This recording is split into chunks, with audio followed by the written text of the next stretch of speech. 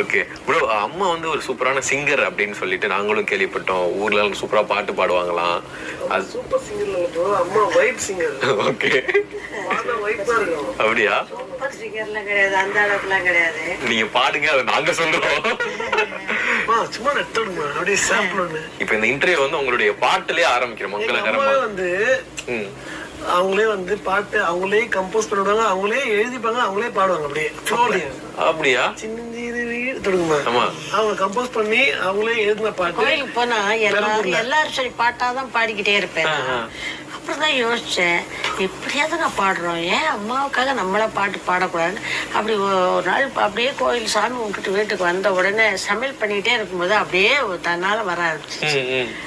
அதான் அந்த பாட்டு எப்படி வந்துச்சு. பெரம்பூர்ல செம்பித்தம்மன் கோயில். அது கோயில் மரத்திலேயே இருக்கும். அந்த கோயில் கட்டடம் இல்லாம மரத்திலேயே இருக்கும். அது எனக்கு எப்படி வந்துச்சோ இது என்ன